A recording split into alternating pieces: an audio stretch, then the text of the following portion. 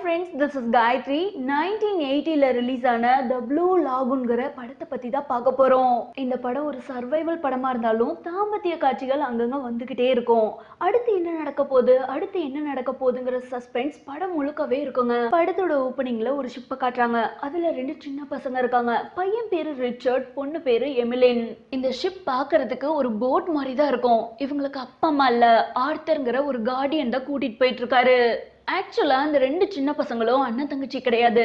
கார்டியனா வர ஆர்த்தருடைய தங்கச்சி பொண்ணு தான் எமிலின். ஆர்த்தரோட மனைவியும் இறந்து போனதால இது எல்லாத்தையும் மறக்கணும்னு அந்த 2 குழந்தைங்களும் ஆர்த்தரும் அமெரிக்கால உள்ள சான் பிரான்சிஸ்கோக்கு போயிட்டு இருக்காங்க. ரிச்சர்டும் எமிலியும் அந்த பெரிய போட்ல உள்ள ஒவ்வொரு ரூமா திறந்து அங்க என்னென்ன இருக்குன்னு செக் பண்ணிட்டு இருப்பாங்க.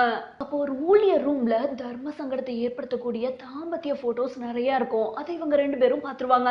கரெக்டா அந்த ஊழியரும் அந்த ரூம்க்கு வந்துருவாரு. சின்ன வயசுலயே இந்த போட்டோ எல்லாம் பாக்குறியான்னு ரிச்சர்டுக்கு 4 மிதி. எமிலி ரிச்சர்ட அடிக்காதீங்கன்னு சொல்ல வெளியில போட்ல சைரன் சத்தம் கேக்குது. என்னன்னு போய் பார்க்க ஃபுல் போட்டே தீ பிடிச்சு எரிஞ்சிட்டு இருக்கு. ஊழியர்கள் 20 பேரும் சேர்ந்துட்டு போட்ல உள்ள தீய அணைக்க பார்ப்பாங்க. ஆனா முடியாது. அதனால லைஃப் ஜாக்கெட்லாம் எடுத்துக்கிட்டு அங்கிருந்து தப்பிக்க பார்ப்பாங்க. ரிச்சர்டும் எமிலியும் ஒரு சின்ன லைஃப் போட்ல தப்பிச்சிடுறாங்க. ஆனா ஆர்த்தர் மத்தவங்களோட இன்னொரு லைஃப் போட்ல மிங்கிள் ஆயிராரு. கொஞ்ச நேரத்திலேயே இவங்க அந்த பக்கம் ஒரு போட்லயும் இந்த பக்கம் ஒரு போட்லயும் போயிட்டு இருக்கும் போது முழு ஷிப்பே தீ பிடிச்சி டிஸ்ட்ராய் ஆகி அந்த இடமே புகமண்டலம் ஆயிருது. ரிச்சர்டும் எமிலியும் இருக்க அந்த போட்ல ரிச்சர்டு அடிச்ச அந்த ஊழியரும் போயிட்டு இருக்கான். 3 நாள் அந்த போட்டு கடல்லயே போயிட்டு இருக்கு. இப்படி 3 நாளா பசி மயக்கத்துல இருக்கும்போது 4வது நாள் தூரத்துல ஒரு ஐலாண்ட பாக்குறாங்க. அந்த ஊழியருக்கு செம்ம சந்தோஷம். 3 பேரும் ஐலாண்டோட கரையை ரீச் பண்ணிடுறாங்க. அந்த ஐலாண்டுக்குள்ள சாப்பிடறதுக்கு ஏதாவது இருக்குமான்னு தேடும்போது அங்க ஒரு அருவி தென்படுது. 3 நாளா போட்லயே இருந்ததால எல்லாரும் சேர்ந்து சின்னதா ஒரு குளியல போடுறாங்க. ஊழியர் நல்லா சுத்தி பார்த்துட்டு அங்குள்ள ஒரு குன்று மேல ஏறி வாழைப்பழங்களை ரிச்சர்டுக்கும் எமிலிக்கும் பறிச்சு போடுறாரு. நல்லா சாப்பிட்டுட்டு எல்லாரும் பசியாத்திக்கிறாங்க. 2 நாளைக்கு அப்புறம் எமிலி ஒரு ஏழரை கூட்டிடுறா. அங்க இருந்த ஒரு செடியில இருந்த விதையை எடுத்து சாப்பிட்டுறா. உடனே ஊழியர் இங்க இருக்கிற எதையும் சாப்பிடக்கூடாது, நான் சொல்றதை மட்டும் தான் சாப்பிடணும்னு சொல்றாரு. இந்த ஊழியர் இப்படி கேரா இருக்கிறது 2 பேருக்கும் ஒரு அப்பா மாதிரியான ஃபீலிங்க கொடுக்குது. அடுத்த நாள்ல இருந்து இப்படி சர்வை பண்றதுன்னு எல்லா டெக்னிக்கையும் சொல்லி தர்றாரு. ஒரு நாள் நைட்டு ரிச்சர்டும் எமிலியும் தூங்கிடுறாங்க.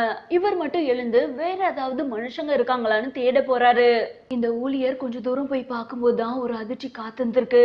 அதை அப்படியே பார்த்து உறைஞ்சு போய் திரும்பவும் பழைய இடத்துக்கே வந்துட்டாரு.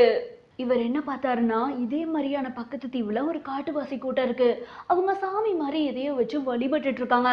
வினோதமான உயிரினத்தை பலி கொடுத்து பூஜையை நிறைவேற்றுவானுங்க. இதை பார்த்துட்டு உஷாரான ஊழியர் நம்மளையும் பலி கொடுத்துருவாங்கன்னு அலர்ட் ஆயிட்டாரு.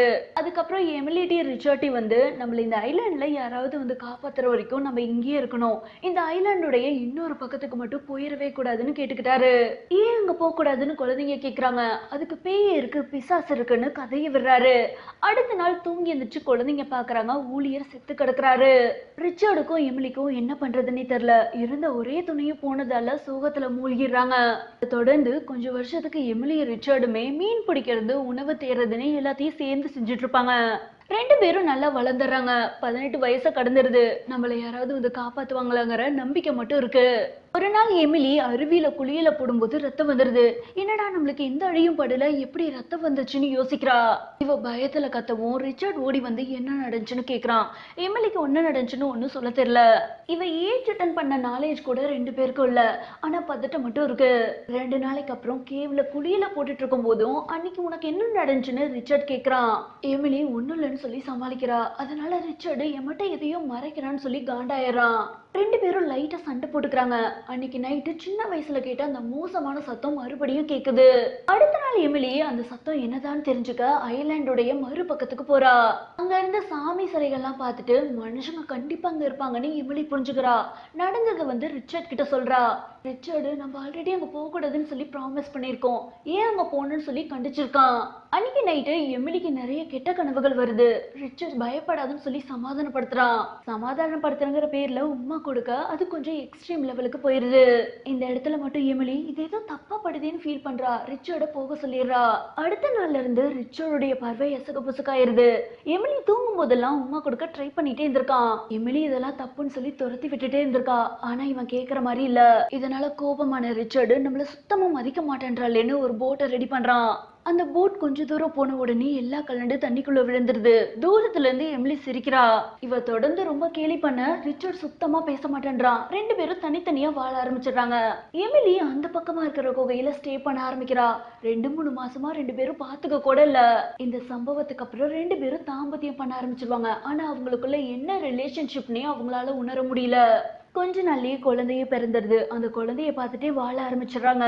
ஒரு நாள் ரிச்சர்டு தென்னை மரத்துல ஏறும்போது அந்த காட்டுவாசிங்க மனுஷங்களை பலி கொடுக்கிற சம்பவத்தை பார்த்துருவான். சுச்சுவேஷனை புரிஞ்சுக்கிட்ட ரிச்சர்ட் எமிலி கிட்ட எதுவும் சொல்லாம இந்த பக்கமாவே வாழ்ந்துட்டு இருக்கான். ஒரு நாள் மதியம் ஒரு அதிசயம் நடக்குது. தூரத்துல ஒரு போட் வந்துட்டு இருக்கு. தூரத்துல வந்துட்டு இருக்கிறது இவங்களோட கார்டியனான ஆர்த்தர்.